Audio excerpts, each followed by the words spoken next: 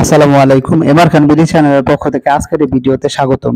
আজ 27 নভেম্বর 2024 আজকের market update নিয়ে আপনাদের সাথে কথা বলবো আমি। আলহামদুলিল্লাহ আজকে মার্কেটের সূচকের উন্নতি হয়েছে।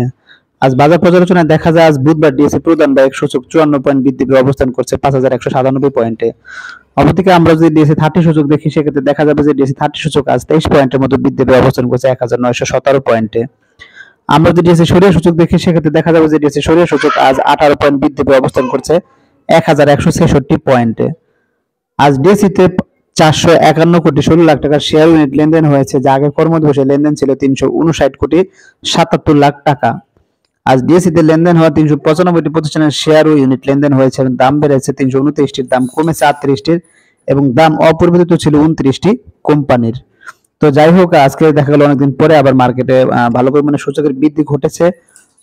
যাই হোক, একটি বিশেষ নিউজের কারণে এটা ঘটেছে, তো সেটা আগামীকালও হয়তো বা অব্যাহত থাকার সম্ভাবনা আছে বলে আমি মনে করি।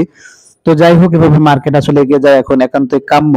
দেখা যাক কি হয়। এখন আমি যদি আজকে মার্কেট ইন্ডেক্স মুভার্স দেখি সেক্ষেত্রে দেখা যাবে যে মার্কেট পুলার্স বা সূচক বৃদ্ধিতে যাদের অবদান রয়েছে তারা কারা, তারা হলো বেক্স Pharma, Renata, BRAC Bank, NBL, Robi Olympic, Beacon Pharma, United Commercial Bank, IFIC এবং ইবিএল। সেক্ষেত্রে দেখা যাচ্ছে বেক্স ফার্মা ও রেনেটা 5 পয়েন্টের মতো, ব্র্যাক ব্যাংক 4 পয়েন্টের মতো, এনবিএল, রবি অলিম্পিক 2 পয়েন্টের মতো এবং বাকি সবাই 1 পয়েন্টের বেশি সূচকের বৃদ্ধি ঘটিয়েছে।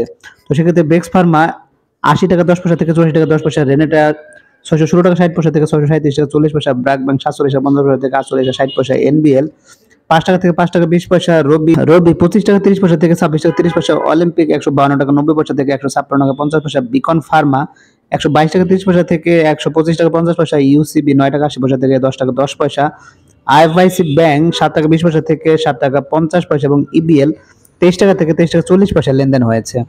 আমরা যদি আজকের মার্কেট ব্রেকার্স বা সূচকের সাথে অবদান ছিল তাদের দেখি, তাদের মধ্যে রয়েছে Beximco, Shahjalal Islami Bank, Power Grid, Al Arafah Islami Bank, Midland Bank, Unilever Consumer Care, বিসএসআরই, রেকিট বেনকিজার এবং সোনালী আঁশ। তো সেক্ষেত্রে দেখা যাচ্ছে বেক্সিমকো 14 পয়েন্টের মতো এবং বাকি সবাই 1 পয়েন্টের কম সূচকের পতন ঘটিয়েছে। সেক্ষেত্রে বেক্সিমকো 115 টাকা 60 পয়সা থেকে 110 টাকা 10 পয়সা, শাহজালাল ইসলামী ব্যাংক 18 টাকা 30 পয়সা থেকে 18 টাকা, ইসলামী ব্যাংক 53 টাকা 30 পয়সা থেকে 53 টাকা 20 পয়সা, পাওয়ার গ্রিড 42 টাকা থেকে 41 টাকা 40 পয়সা, আল আরাফাহ ইসলামী ব্যাংক 19 টাকা 60 পয়সা থেকে 19 টাকা 50 পয়সা, মিডল্যান্ড ব্যাংক 34 টাকা 60 পয়সা থেকে 34 টাকা, ইউনিলিভার কনজিউমার কেয়ার 2639 টাকা থেকে 2589 টাকা 40 পয়সা, বিসএসআরই 96 টাকা 20 পয়সা থেকে 93 টাকা 90 পয়সা, রেকিট 4385 টাকা 20 পয়সা থেকে 4305 টাকা 60 পয়সা এবং সোনালী আঁশ 265 টাকা 10 পয়সা থেকে 256 টাকা লেনদেন হয়েছে।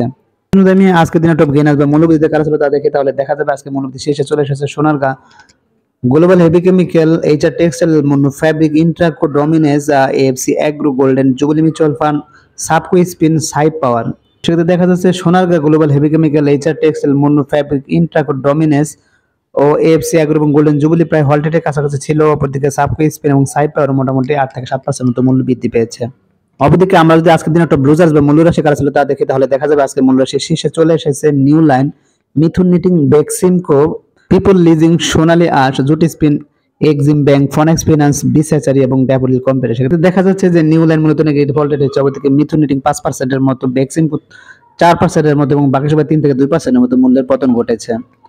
তো এখন যদি আমি আজকে দিনে লেনদেনের শীর্ষে কারা ছিল তা দেখি, তাহলে দেখা যাবে আজকে লেনদেনের শীর্ষে চলে এসেছে NRB Bank, GP, Agni System, Bangladesh Shipping Corporation, Midland Bank, Generation Next Fashion, ICB, Lovello, ফেকডিল এবং ইসলামী ব্যাংক। সেক্ষেত্রে দেখা যাচ্ছে এনআরবি ব্যাংক, জিপি এবং অগ্নি সিস্টেম 13 কোটি টাকার মতো, বাংলাদেশ শিপিং কর্পোরেশন 12 কোটি টাকার মতো, Midland Bank, Generation Next fashion 11 কোটি টাকার মতো, আইসিবি 10 কোটি, লাভেলো 9 কোটি এবং বাকি সবাই 8 কোটি টাকার মতো লেনদেন হয়েছে। এখন যদি আমি আজকের দিনে ভলিউমের শীর্ষে কারা ছিল তা দেখি, তাহলে দেখা যাবে আজকে ভলিউমের শীর্ষে চলে এসেছে এনআরবি ব্যাংক, অগ্নি সিস্টেম, ফেকডিল, IBC Bank, Generation Next Fashion, Lanka Bangla Finance, Intraco, Jamuna Bank, Midland Bank এবং জিআইবি। তো সেক্ষেত্রে দেখা যাচ্ছে এনআরবি ব্যাংক প্রায় 98 লাখের মতো শেয়ার লেনদেন হয়েছে। অপরদিকে অগ্নি সিস্টেম, ফেকডিল এবং আইবিসি ব্যাংক প্রায় 49, 45 এবং 42 লাখের মতো শেয়ারে লেনদেন হয়েছে এবং বাকি সবাই 36 থেকে 25 লাখের মধ্যে লেনদেন হয়েছে। তো এখন যদি আমি আজকের দিনে সেক্টর বেস লেনদেন দেখি, তাহলে সেক্ষেত্রে দেখা যাবে যে আজকে যেহেতু সূচকের ভালো পরিমাণে উন্নতি হয়েছে, অধিকাংশ সেক্টর ভালো করেছে। খারাপের মধ্যে দেখা যাচ্ছে জুট সেক্টর এবং মিসলিনিয়াস সেক্টর খারাপ করেছে এবং বাকি সবাই ভালো করেছে। তো এখন আমি চলে যাবো আজকের দিনে গুরুত্বপূর্ণ কিছু নিউজে। আইসিবির অর্থপ্রাপ্তির খবরে চাঙ্গা শেয়ার বাজার। কি বলেছে, অব্যাহত পতন ঠেকাতে রাষ্ট্রীয় মালিকানাধীন বিনিয়োগ প্রতিষ্ঠান ইনভেস্টমেন্ট কর্পোরেশন অফ বাংলাদেশকে সবরিন গ্যারান্টির বিপরীতে 3,000 কোটি টাকা ঋণ প্রাপ্তির খবরে চাঙ্গা শেয়ার বাজার। মঙ্গলবার বাংলাদেশ ব্যাংকের governor Ahsan S Mansur ICB কে সভেরন গ্যারান্টির বিপরীতে 3,000 কোটি টাকা ঋণ প্রদানের অনুমতি দিয়েছে। তো আইসিবির এই অর্থপ্রাপ্তির খবরের পর পড়তে থাকা শেয়ার বাজার উপরের দিকে উঠতে থাকে। বুধবার সূচকের উত্থানে লেনদেন শুরু হয়। তো লেনদেন শুরুর মাত্র 27 মিনিটে মাথায় সূচক পতনে চলে যায়। এরপর সকাল 10টা 40 মিনিটের দিকে আইসিবির অর্থপ্রাপ্তির খবর ছড়িয়ে পড়লে বাজার উপরের দিকে উঠতে থাকে। এরপর সূচক আর কখনো নিচের দিকে নামেনি। এভাবে চলতে থাকা লেনদেন শেষ পর্যন্ত সূচকের চাঙ্গা অবস্থায় দিনের লেনদেন সমাপ্তি ঘটে। জানা যায় গত 5ই November Investment Corporation of Bangladesh 3,000 কোটি টাকা প্রদানের সভেরন গ্যারান্টির প্রয়োজনীয় ব্যবস্থা গ্রহণের নির্দেশ দেয় অর্থ মন্ত্রণালয়ের আর্থিক প্রতিষ্ঠান বিভাগ। তো এই বিষয়ে প্রয়োজনীয় ব্যবস্থা নিতে আইসিবির ব্যবস্থাপনা পরিচালক ও আর্থিক প্রতিষ্ঠান বিভাগের সচিবের একান্ত সচিব বরাবর চিঠির অনুলিপি পাঠানো হয়েছিল। এবার গত 17 অক্টোবর আর্থিক প্রতিষ্ঠান বিভাগ, Bangladesh Bank, Bangladesh Securities and Exchange Commission আইসিবির সমন্বয়ে একটি সভা অনুষ্ঠিত হয়। সভায় আইসিবিকে বাংলাদেশ ব্যাংক হতে 3,000 কোটি টাকা ঋণ মঞ্জুরের রাষ্ট্রীয় গ্যারান্টি প্রদানের বিষয়ে অর্থ বিভাগের সম্মতি অর্জনের লক্ষ্যে প্রয়োজনীয় ব্যবস্থা গ্রহণের জন্য সুপারিশ করা হয়। সেই সুপারিশের আলোকে কেন্দ্রীয় ব্যাংক প্রতিষ্ঠানটিকে 3,000 কোটি টাকা ঋণ প্রদানের অনুমতি দিয়েছে। বাজার বিশ্লেষকরা বলছেন, শেয়ার বাজারের অব্যাহত পতনকে ঠেকাতে আইসিবির ঋণ প্রাপ্তির খবর নিশ্চিন্তে ইতিবাচক। এই মুহূর্তে এই ধরনের খবর বিনিয়োগকারীদের মনকে চাঙ্গা করে তুলছে। তো আইসিবির এই ঋণের অর্থ যথাযথভাবে কাজে লাগাতে পারলে বাজার আরো উপরের দিকে উঠতে পারবে, আর বিনিয়োগকারীরা স্বস্তির সাথে বিনিয়োগ ফিরতে পারবে। তো যাই হোক, আমিও তাই মনে করি যে যদি এই ইনভেস্টমেন্টকে সঠিকভাবে কাজে লাগানো যায় তবে সেটা মার্কেটকে পজিটিভ দিকে বা ইতিবাচক ধারায় অব্যাহত রাখবে। এর ফলে সাধারণ বিনিয়োগকারীরও আস্থা ফিরে পাবে। তো দেখা যাক সেটা কতটুকু কিভাবে কাজে লাগানো হয় এবং মার্কেট কোন দিকে যায়। তো এখন আমি অপর একটি গুরুত্বপূর্ণ নিউজে চলে যাব। ব্যবস্থাপনা পরিচালক সহ সিও ও সিটিও নিয়োগ দিবে ডিএসি। কি বলা আছে যে প্রধান শেয়ার বাজার ঢাকা স্টক এক্সচেঞ্জের ব্যবস্থাপনা পরিচালক অর্থাৎ এমডি, প্রধান পরিচালনা কর্মকর্তা সিও এবং প্রধান প্রযুক্তি কর্মকর্তা সিটিও নিয়োগ দেবে।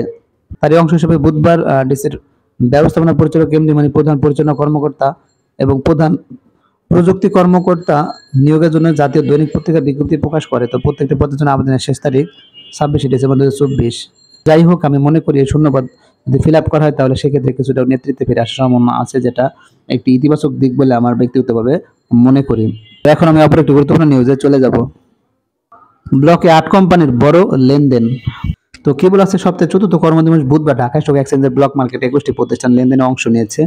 এসব প্রতিষ্ঠানের মধ্যে 10,44,10,000 টাকা শেয়ার লেনদেন হয়েছে। এর মধ্যে সবচেয়ে বেশি লেনদেন দেখা গেছে 5 প্রতিষ্ঠানের শেয়ার। তো এরা কারা? এরা Legacy Footwear, Munnu Agro, Fine Foods, Khan Brothers, Alif Industries, National Life Insurance, Robi Axiata এবং বাংলাদেশ ইসলামী ব্যাংক পিএলসি। তা আজ এই 8 প্রতিষ্ঠানের মোট শেয়ার লেনদেন হয়েছে 8,70,00,000 টাকারও বেশি। তো যাই হোক, আপনারা এই ব্লক মার্কেটে লেনদেন হওয়া কোম্পানিগুলো সম্পর্কে খোঁজ খবর রাখবেন, প্রয়োজনে বিনিয়োগ করতে পারেন। তবে বিনিয়োগ করার পূর্বে অবশ্যই ঝুঁকির কথা বিবেচনা করে বিনিয়োগ করবেন। তো আজকে মতো ভিডিও বাড়াবো না, আজকে মতো এখানে বিদায় নিচ্ছি। যারা আমার চ্যানেল নতুন অবশ্যই চ্যানেলটিকে সাবস্ক্রাইব করবেন, লাইক করবেন, কমেন্ট করবেন এবং শেয়ার করবেন। সবাই ভালো থাকবেন, সুস্থ থাকবেন। আল্লাহ হাফেজ।